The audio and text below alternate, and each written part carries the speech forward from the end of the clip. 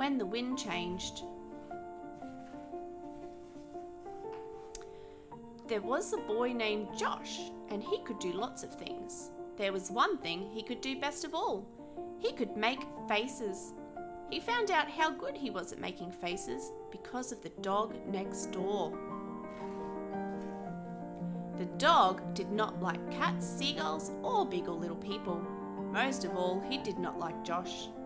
He always hoped that Josh would come over the fence, and then he could bite him. One day, Josh's ball flew over the fence. Josh climbed up to see if he could get it. There it lay in the middle of the dog's garden. The dog made a terrible noise. "Good dog," said Josh. "Want a nice bone, doggy?" The dog made another terrible noise, which Josh understood very well. The bone the dog wanted was Josh's leg bone. Josh made a face at him. It was just an ordinary awful face, but the dog's tail drooped, his ears went flat, he ran onto his porch. He growled as Josh climbed over the fence, but as Josh was still making the face, he dared not to come closer. When Josh got back to his own place with the ball, he went inside. There was his grandmother reading the newspaper.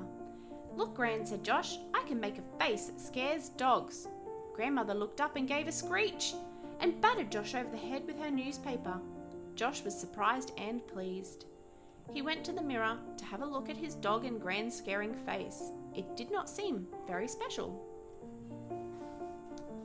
"I can do better than that," he thought. Every day he practiced. He discovered more and more awful faces. He tried them on the postman. He tried them on his mother. His mother was not a screecher, but she did ask him not to try his faces on the people in the street because it would not be good for Dad's business. Dad was a teller at the bank down the street. He was an important person and always wore a very white shirt. Dad was a hard person to upset. When Josh tried the most awful of his faces on him, all he did was look thoughtfully at Josh and say, "I don't know if you've heard, Josh, but if you're making a face and the wind changes, it will stay that way." "Haha," said Josh, but that didn't upset his father either. Josh went on practicing faces. Then one day, he made the best face of all. It was hideous. It was almost scared Josh himself. Suddenly, the wind changed. His face stayed the way it was. Josh tried to squash it back into shape.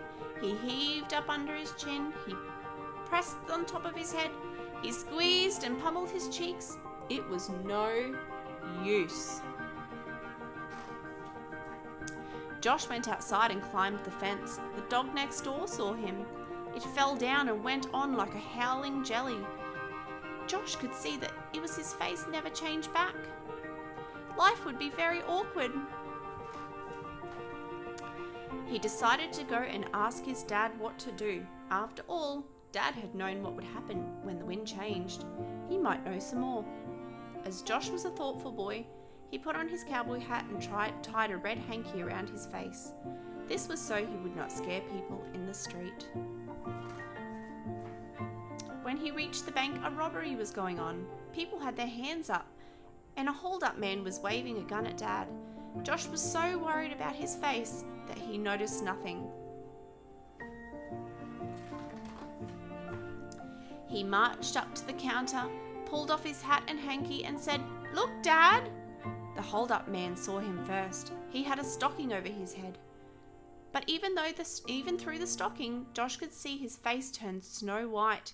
He made a funny noise and dropped the gun.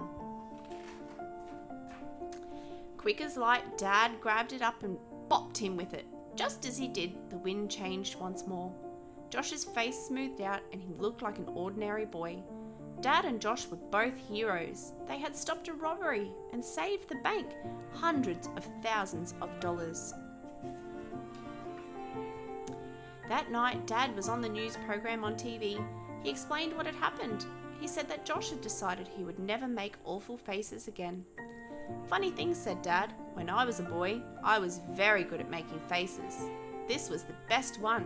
Just look at this." Just then, the wind changed. The end.